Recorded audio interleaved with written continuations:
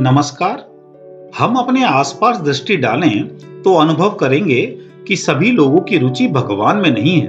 कुछ लोग नास्तिक भी हैं, जो भगवान के अस्तित्व पर भी विश्वास नहीं करते, और कुछ लोग ऐसे भी हैं जिनकी बुद्धि भ्रमित है। वे यह भी निर्णय ले पाने में असमर्थ रहते हैं कि स्वयं उन्हें किस ओर चलना चाहिए।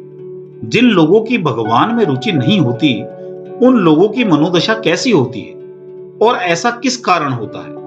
इन प्रश्नों पर भी श्रीमद् भगवत गीता प्रकाश डालती है। भगवान कहते हैं कि यामिमां पुष्पितां वाचं प्रवदन्त विपश्चितः वेदवादरताः पार्थ नान्यदस्तीति वादिनः कामात्मानः स्वर्गपरा जन्म कर्म फल प्रदाम क्रिया विशेष बहुलाम भोगैश्वर्य गतिम प्रति भोगैश्वर्य प्रसक्तानां तयाप्यहच्चेतसां व्यवसायात्मिका बुद्धि समाधो न विधीयते।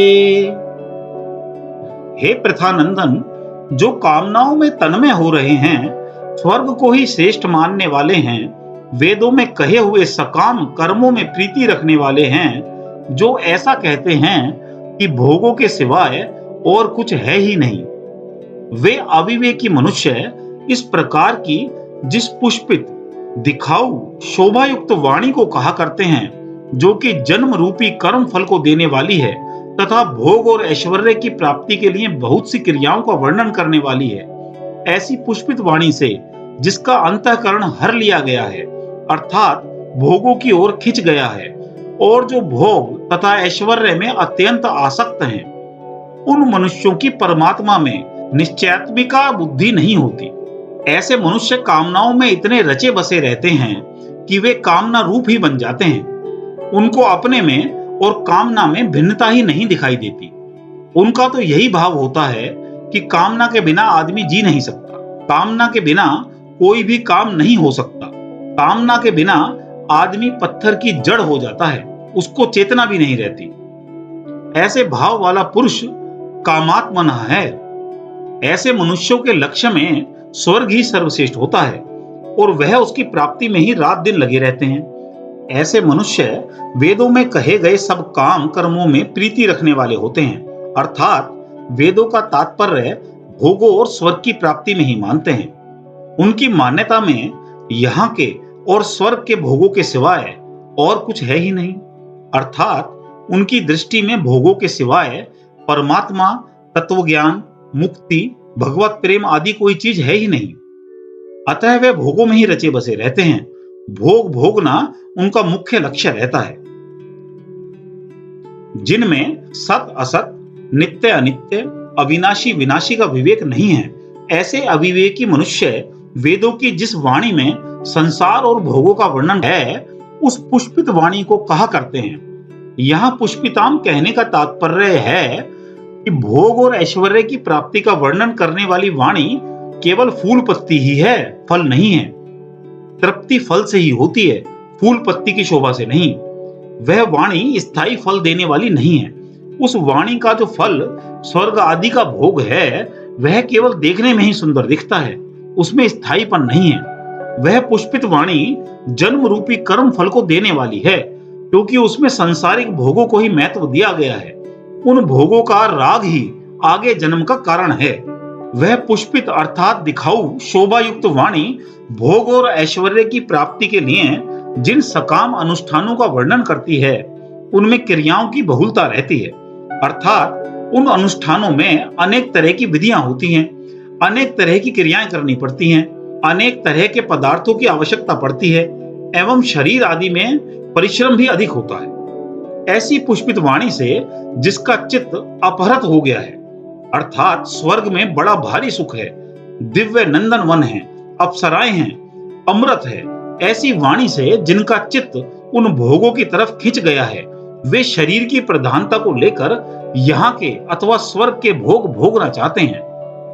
जो मनुष्य जन्म का असली ध्येय है, जिसके लिए मनुष्य शरीर मिला है, उस परमात्मा को ही प्राप्त करना है, ऐसी व्यवसायित्मिका बुद्धि उन लोगों में नहीं होती।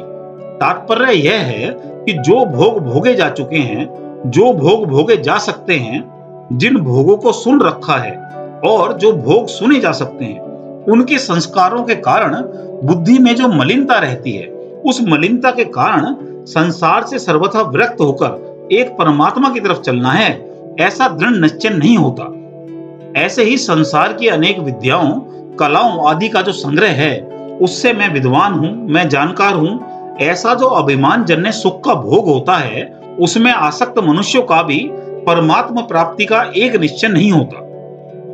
परम दयालु प्रभु ने कृपा करके इस मनुष्य शरीर में एक ऐसी विलक्षण विवेक शक्ति दी है, जिससे वह सुख दुख से ऊंचा उठ जाए, अपना उद्धार कर ले और सबकी सेवा करके भगवान तक को अपने वश में कर ले। इसी में मनुष्य शरीर की सार्थकता है।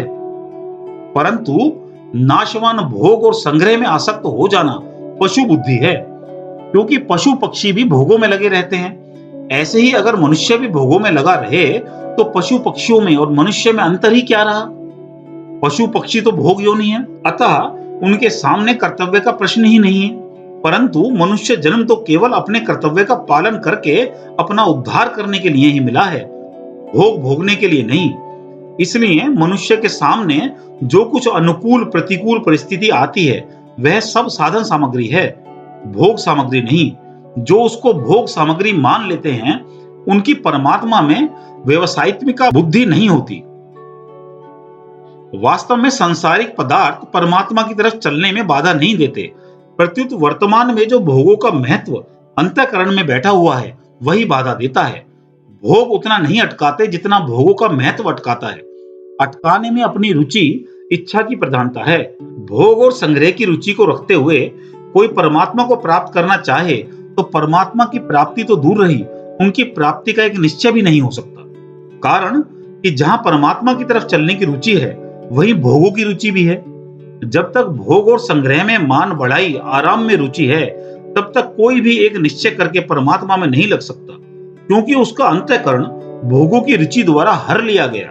उसकी जो शक्ति थी, वह भोग और संग्रह में लग गई।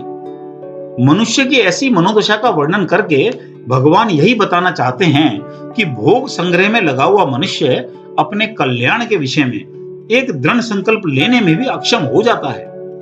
भोगों और संग्रह में डूबकर मनुष्य एक दिशाहीन जीवन जीता हुआ मृत्यु को प्राप्त हो जाता है।